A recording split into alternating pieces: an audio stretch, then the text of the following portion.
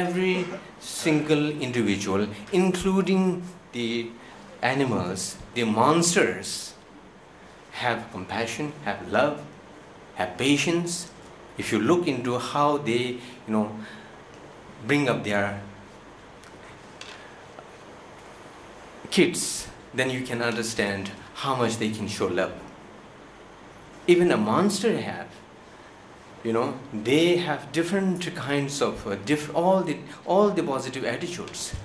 Now, being a human being who can understand the importance of these positive attitudes, who can learn and who can be trained in adopting these mechanisms to develop positive personalities, then this is the quality of being human being. And once you learn these mechanisms and techniques, then you can develop these positive attitudes. And these are what I think some of the efforts towards that direction. Once we have some kind of, at least to some extent, control on our negative attitude, at least to have some idea about controlling on our negative attitude and developing our positive attitude, that will make lots of difference in our life. Now, as I said earlier, on this very issue, scientists are paying attention. I'm just coming back from the United States, attending a conference on neurology and Buddhist mental system. There are so many labs in prestigious universities in which neurologists, chemists, physicists and psychologists are involved in doing experimentation on human mind and brain. It is one of the very latest findings in the last few months that through meditation on compassion and mindfulness, a person can bring changes in the expression of genes. This is a very latest finding. You cannot find in any of the science articles. So once we can bring changes in the expression of the genes,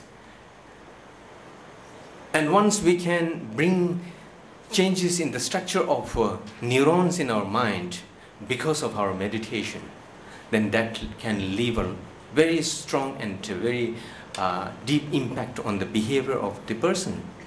So through spirituality, then comes the ethics. Ethics is the external part of the, ethics is the manifestation of the spiritual practice.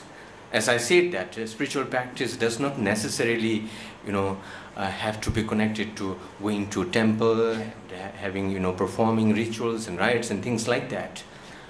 The purification of mind is the core element of spirituality, and the ethics is the manifestation of that. Ethics is not simply, if you look into the definition of ethics in Western dictionaries, then you will find something like principles of morality associated with some religious beliefs that leaves impact on your behavior and something like that. But according to Indian system in general, and particularly according to Buddhist tradition, we have Kai Shila, Vag Shila, Manasik Shila. We have ethics related to body, ethics related to speech, ethics related to mind. So the mental ethics is the most important. And then comes, after the mental ethics, then the more kind of gross manifestations are your corporal or bodily and spiritual speech ethics. So I think in management it is extremely important. Now these days, you see, in the West, if you look into in some of the courses of management, then you will find so many the chapters related to the managerial ethics, incorporating Buddhist and Indian philosophical schools and things like that. Now in the last 2 years, His Holiness has written a way of leaderships in which he suggests that a leader does not necessarily have to be at a national level. The real leader starts from the family.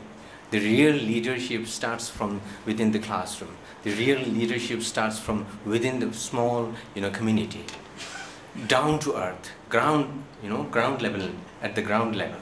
And from there, he suggests how a leader can develop an aptitude and approach which could be constructive, holistic. Let it be at the very village level, let it be at the country level, let it be at the global level. Leaders must have that kind of holistic and deeper attitude. When the 9/11 took place, then His Holiness the Dalai Lama wrote to George Bush, conveying his expressions and concern and solidarity. After that passage, he wrote that, Mr. Bush, you should look into the causes and conditions of this very incident. Unless you address this very incident on the basis of the very ethos that has brought to this very event, you cannot address the problem in a more deeper and realistic way. So you need to address it in a more deeper and in a more realistic way. So that is how a leader has to develop an attitude. I think this program has very only 1 hour's time, so I should not spare much time. So thank you very much for inviting me here. Thank you very much.